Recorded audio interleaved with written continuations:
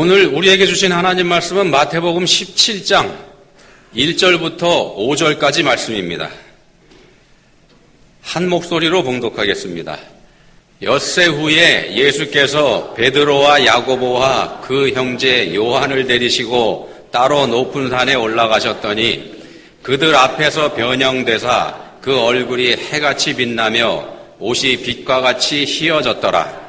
그때 모세와 엘리야가 예수와 더불어 말하는 것이 그들에게 보이거늘 베드로가 예수께 여쭈어 이르되 주여 우리가 여기 있는 것이 좋사오니 만일 주께서 원하시면 내가 여기서 초막셋을 짓되 하나는 주님을 위하여 하나는 모세를 위하여 하나는 엘리야를 위하여 하리이다.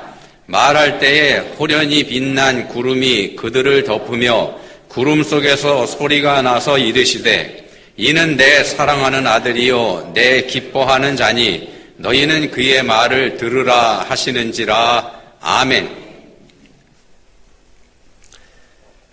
구약 성경 사무엘상 16장에 보시면은요, 사무엘 선지자가 하나님의 명령을 받고 베들레헴에 살고 있는 이세 그리고 그의 아들들을 만나러 갑니다.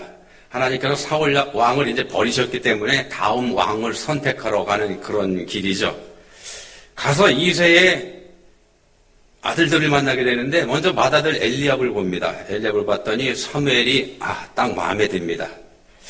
그래서 그의 인물이 아주 준수했기 때문에 사무엘이 딱 보자마자 이렇게 생각을 합니다. 여호와의 기름 부으실 자가 과연 주님 앞에 있도다. 이렇게 하면서 맏아들 엘리압에게 기름을 부으려고 했더니 하나님께서 막으십니다. 이렇게 말씀하시죠.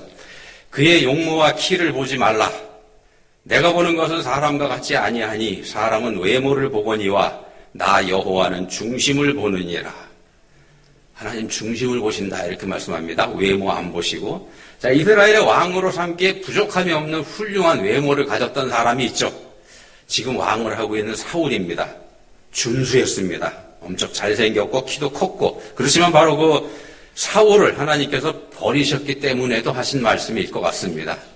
먼저 첫 번째 왕은 사람들의 눈에 보기에 좋은 사람을 세우셨고 이런 사람 세웠더니 문제가 되지 않냐 증명을 해 보이셨습니다. 자, 사무엘이 이세의 아들 7명을 차례차례 다 봤지만 그 중에 하나님께서 택하신 사람이 없습니다. 이렇게 되니까 사무엘이 좀 당황스럽죠. 초조해지고 이세의 아들 중에서 택하라고 하셨는데 그래서 초조해진 사무엘이 이세한테 물어봅니다. 다른 아들이 더 없는가? 이때 이세가 이렇게 대답을 합니다. 아직 막내가 남았는데 그는 양을 지키나이다.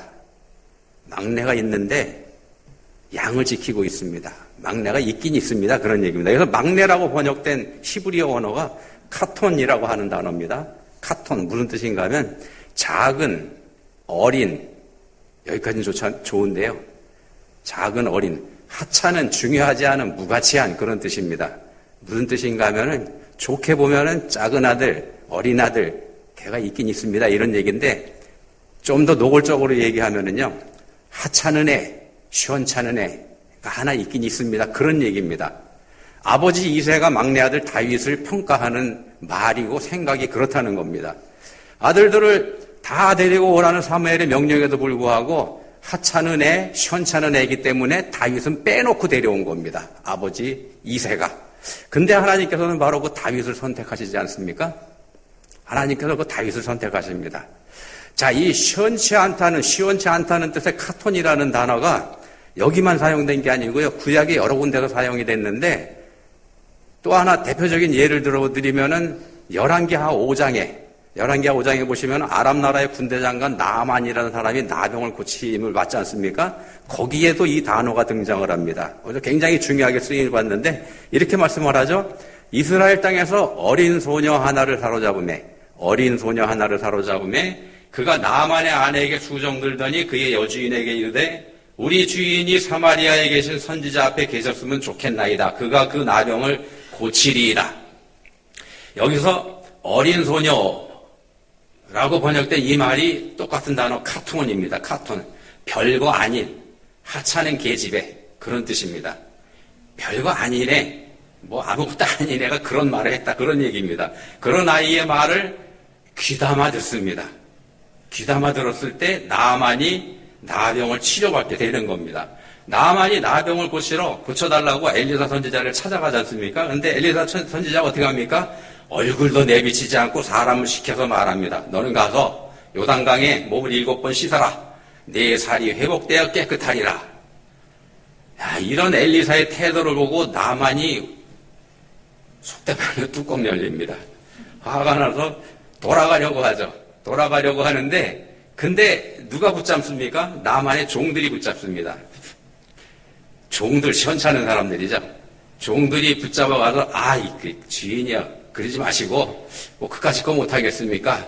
설득을 합니다. 그래서 요단강에 들어가게 되죠. 그렇게 자기 아랫사람들인 종들의 말을 따라서 요단강에 7번 몸을 잠그니 그의 살이 어린아이의 살같이 회복되어 깨끗하게 되었더라.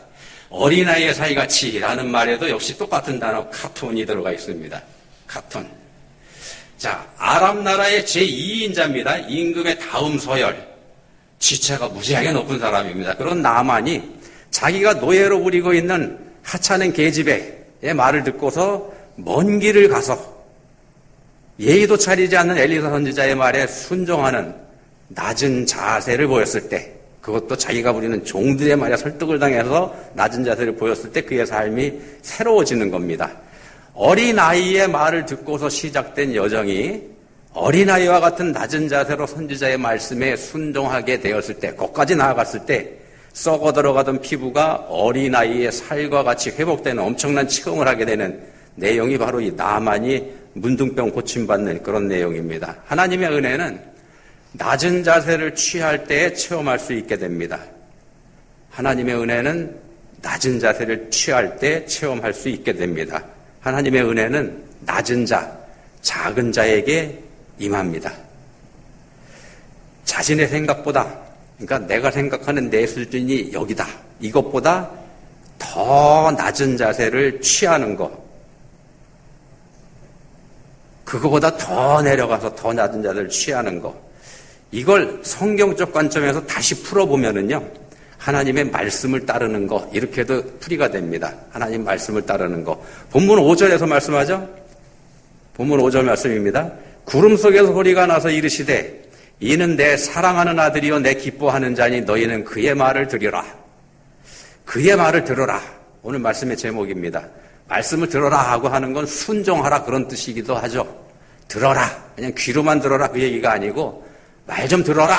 말 좀 들어먹어라 그러면은 이 말에 좀 따라라 그런 뜻이지 않습니까? 그래서 순종하라 그런 뜻도 여기 들어가 있습니다. 네 생각 말고 주의 말씀을 따라 순종하라. 그러니까 너 자신을 낮춰라. 이런 요구가 들어있는 말씀이기도 합니다. 이미 예수님을 따르고 있고 예수님의 가르침을 받고 있는 제자들한테 하나님께서 직접 하신 말씀입니다. 제자들한테요. 너희는 그의 말을 들으라. 외모를 보지 않고 사람의 중심을 보시는 분의 명령입니다. 사람의 중심을 보시는 분의 명령입니다. 마음으로 순종하기를 원하시는 게 하나님의 뜻이라는 말씀입니다.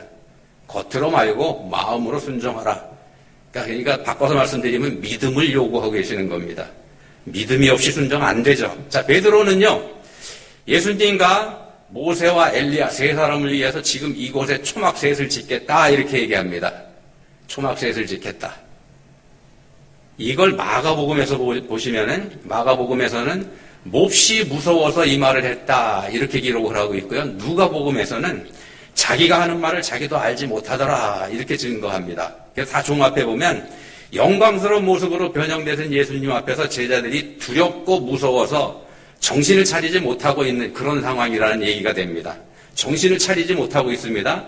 그런 제자들을 향해서 영광스러운 구름 속에서 들려오는 말씀이 너희는 그의 말을 들어라입니다. 너희는 그의 말을 들어라.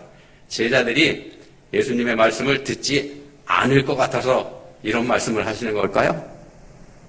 두렵고 떨리는 제자들인데, 자, 본문에 등장하는 세 사람의 제자는 예수님께서 특별히 사랑하시는 제자들이지 않습니까? 우리가 그거 알고 있습니다. 베드로, 야고보, 요한 12 중에서 특별히 사랑하시는 제자입니다. 왜 이 사람을 예수님께서 특별히 이렇게 챙기셨을까요?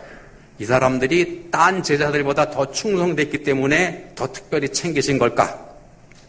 그렇다 그러면요, 더 충성된 제자들인데도 하나님께서 이 사람들한테 너희는 그의 말을 들어라, 그렇게 말씀하신 거라 그러면 조금 이상합니다. 그죠? 앞뒤가 안 맞죠? 자, 예수님의 12제자 면면을 한번 살펴보면은요, 본문에 등장하는 세 사람의 제자들은 12 중에서도 처지는 사람들입니다. 12 중에서 처지는 사람들입니다. 12 중에 보시면은 성경을 열심히 묵상하고 경건하게 행하랬던 바돌로메라고 하는 사람도 있고요. 공부 꽤나 한 세리 마태도 있습니다. 세리 아무나 하는 거 아닙니다. 학자들이 분석하기로는 적어도 2개국어 내지는 3개국어 해야 할 수 있는 직업이다, 이렇게 봅니다. 이스라엘 사람들이 사용하는 아람어 당연히 해야 되겠죠. 그 다음에 헬라어 또는 라틴어 두 가지나 세 가지 해야 할 수 있는 직업이 세리입니다. 마태가 그런 사람입니다. 자, 사명감을 가지고서 나라 민족을 위해서 나섰던 열심당원 시몬도 이 중에 있고요.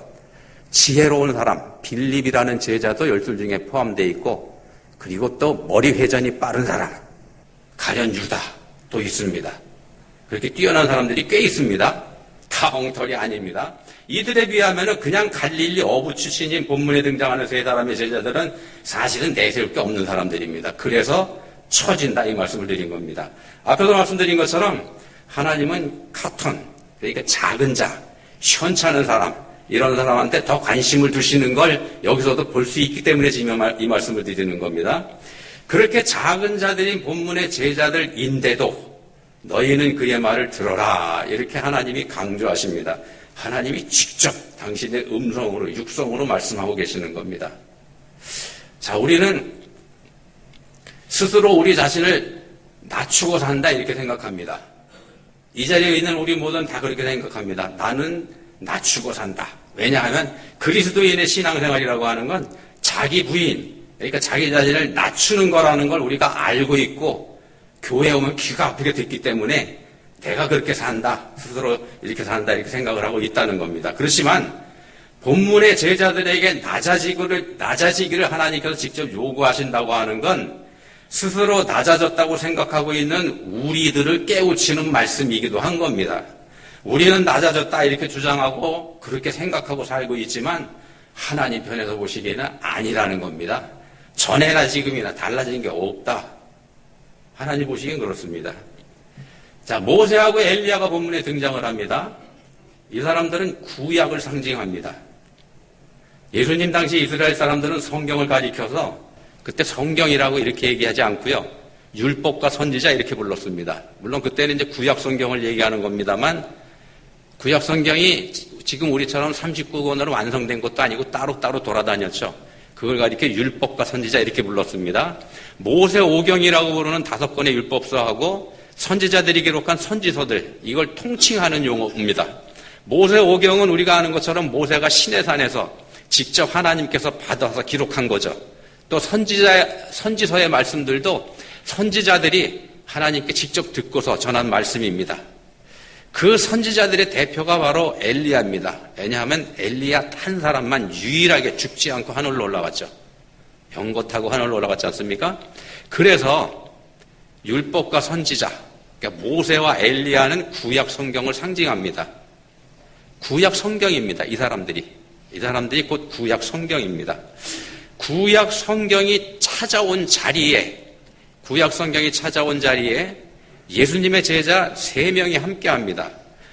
예수님의 제자 3명은 12 중에 3사람이죠. 12 중에 대표자입니다. 예수님의 12제자가 상징하는 건 교회입니다. 교회. 신약시대의 교회가 바로 이 사람들로 통해서 12제자들로 인해서 시작되지 않습니까? 12제자가 상징하는 건 교회입니다. 본문에서 구약과 신약이 지금 만나고 있는 거다, 지금 이 말씀 드리는 겁니다.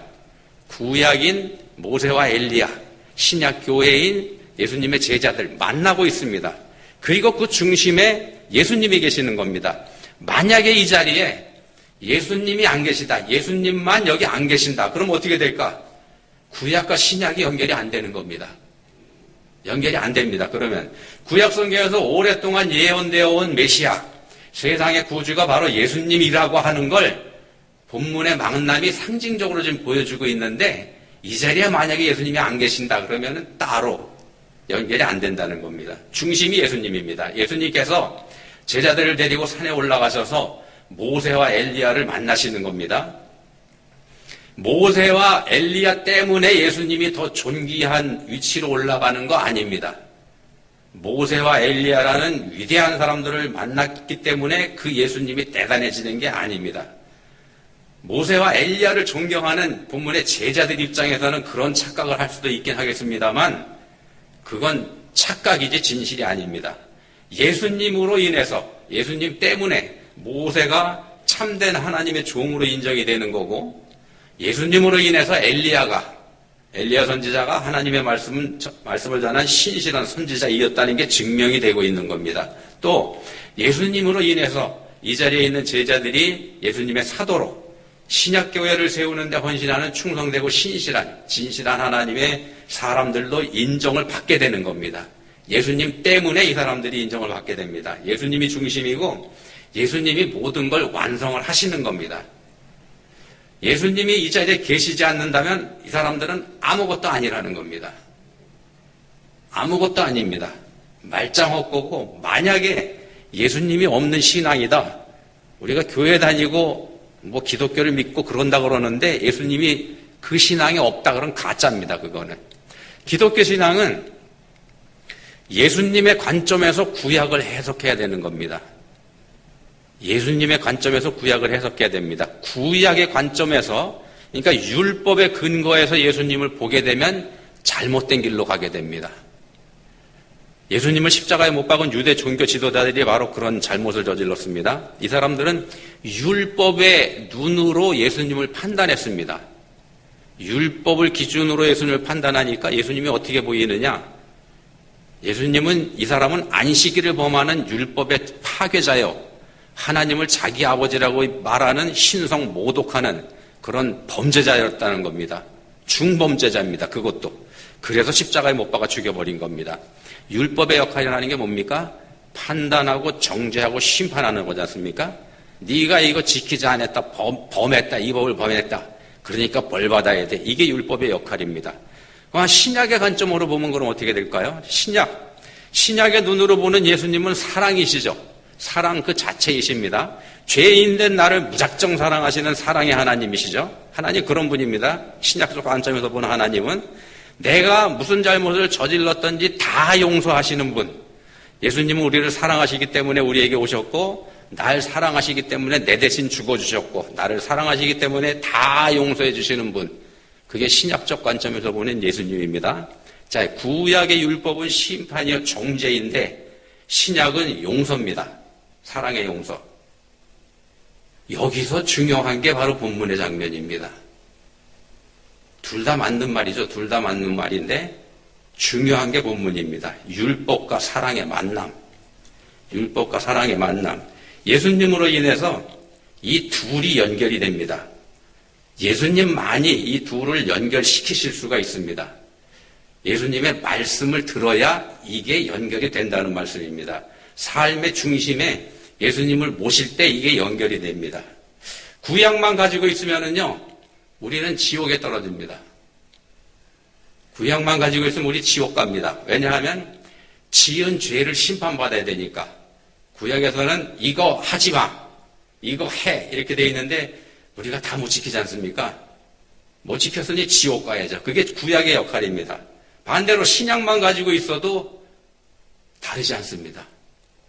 신약만 가지고 있어도 안 됩니다. 왜냐하면 무조건 용서, 앞에서 말씀드렸죠? 무조건 용서하신다고. 이 무조건 용서를 핑계로 아무렇게나 살아도 되고 무슨 짓 해도 상관없다. 이렇게 우리 생각이 가버리기 때문에 그렇습니다. 그래서 신약만 가지고 있어도 안 되는 겁니다.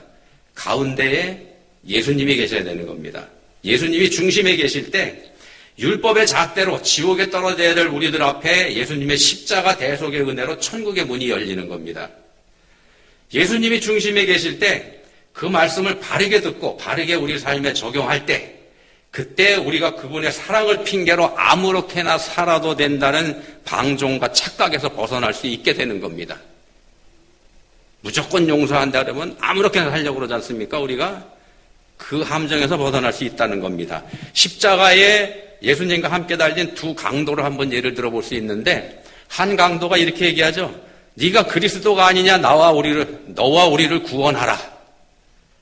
당신이 그리스도지. 그러니까 당신하고 우리를 구원해 보시오. 이렇게 얘기합니다. 이게 율법입니다. 왜냐하면 율법에서 보는 그리스도의 역할은 고난받는 자를 구원하러 오는 거지 않습니까? 고난받는 하나님 백성을 구원하러 오는 게 율법, 구약적 관점에서의 메시아입니다. 이 사람들은 죄를 지었을지언정 여전히 유대인입니다. 혈통적으로 아브라함의 자손입니다. 메시아가 왔다면, 그리스도가 왔다면 이 사람들 구원해야죠. 그 얘기하는 겁니다, 이 사람이. 네가 그리스도가 아니냐? 너와 우리를 구원하라. 이게 율법입니다. 또 다른 사람은, 그렇게 말하는 사람은 이렇게 나무랍니다. 네가 동일한 정죄를 받고서도 하나님을 두려워하지 아니하느냐? 만약에 이 사람이 여기까지만 얘기했다면은요, 이것도 율법입니다. 그 사람을 정죄하고 심판하는 거니까. 너 잘못했어. 그 얘기하는 거니까요. 근데 이 사람은 예수님에게로 갑니다. 예수님에게로 갑니다. 이렇게 얘기하죠. 예수여, 당신의 나라에 임하실 때 나를 기억하소서. 복음은 사랑입니다. 상대방에 대한 존중입니다. 상대방에 대한 존중이 복음입니다. 말씀이 육신이 돼서 우리에게 오신 성자 하나님, 하나님의 그리스도를 말씀에 비추어 존중할 때, 그럴 때 우리가 예수님으로 인해서 구원을 받게 되는데, 바로 이 사람이 그런 일을 지금 하고 있는 겁니다. 예수님을 존중하고 예수님의 나라에 임할 때 나를 데려가 주십시오. 이렇게 고백을 하고 있는 겁니다. 예수님에 대한 존중이죠. 이거 좀 더 쉽게, 아주 쉽게 한번 예를 들어 설명해 드리면은요, 이런 겁니다. 아주 쉽게 예를 들어 드립니다. 어떤 동네에 딸을 셋씩이나 가진 아버지가 있었습니다. 딸이 셋인데 다 예쁩니다. 괜찮습니다. 겉으로 보기에는. 훌륭한 신부감들입니다. 근데 문제가 있습니다. 첫째 딸은 무지하게 게으릅니다. 둘째 딸은요, 남의 물건 훔치는 도벽이 있습니다. 셋째 딸은 험담하는 데 전문가입니다. 세 딸이 겉으로 보기엔 다 좋은데, 이쁘고 다 좋은데, 이런 문제들이 다 있습니다. 옆 동네에 아들 셋을 가진 부자가 살았습니다. 부자가 한 번 와가지고 이 아버지한테 얘기합니다. 당신들 딸하고 우리 아들들하고 그냥 한꺼번에 맺어 줘버립시다. 이렇게 얘기합니다. 딸을 가진 아버지가 가만히 들으니까 이게 괜찮거든요. 잘 사는 집이고 그러니까 솔깃한데, 근데 캥기는 게 있습니다. 이게 한꺼번에 같은 집으로 보내게 되면은, 만약에 문제가 생겼을 때 세 딸들의 정체가 드러나게 되면은 이게 한꺼번에 소박을 받을 수가 있거든요. 소박 맞는 게 뭔지 아시죠? 한꺼번에 되돌아오면은 이거 대책이 안 쓰거든요. 따로 보내면은 혹시 모르겠는데. 그래서 이 아버지가 고민을 하다가 솔직하게 털어놓습니다. 사실은요, 얘들이 이런 게 있습니다. 말해버렸습니다. 그냥 에라 모르겠다고. 그랬더니 부자가 빙그레 웃으면서 이렇게 얘기합니다. 다 알고 있었는데요. 솔직히 말씀해 주시니까 고맙습니다. 근데 걱정하지 마십시오. 제가 생각이 있습니다. 이렇게 얘기합니다. 믿고 세 딸을 보냈습니다. 시집 보냈습니다. 그렇지만 친정아버지 입장에서는 좌불안석입니다. 얼마가 지난 후에 딸들이 하도 궁금해가지고 이 친정아버지가 가봤습니다. 부잣집으로. 도대체 우리 딸들이 어떻게 살고 있고, 자기 생각이 있다고 했던 큰소리 쳤던 시아버지는 우리 딸들을 어떻게 대하고 있는지 궁금해서 못 견디겠는 겁니다. 그래서 가봤습니다. 시아버지가 이 딸들한테 어떻게 했을까요? 이 시아버지가 왜 큰소리 쳤을까요? 게으름뱅이 큰딸한테는 어떻게 해줬냐면요, 몸종을 여러 명 붙여줬습니다. 실컷 게으름을 펼 수 있게. 그래도 사는데 지장이 없게 그렇게 해줬습니다. 사는데 전혀 문제가 없습니다. 둘째 딸, 무슨 병이 있다고 그랬죠? 도벽이 있다고 그랬죠? 둘째 딸한테는 집에 광의 열쇠를 줘버렸습니다. 너 갖고 싶을 때 아무거나 네 마음대로 다 꺼내가. 셋째 딸은 무슨 문제가 있다고 그랬죠? 험담하는 습관이 있다고 그랬죠? 아침마다 셋째 딸을 불러가지고 시아버지가 물어봅니다. 야, 오늘은 누구 얘기할래? 이 시아버지가 바로 복음이라는 말씀을 드리는 겁니다. 이게 복음입니다. 못된 버릇을 가진 못된 니은들이라고. 니은이 뭔지 아세요?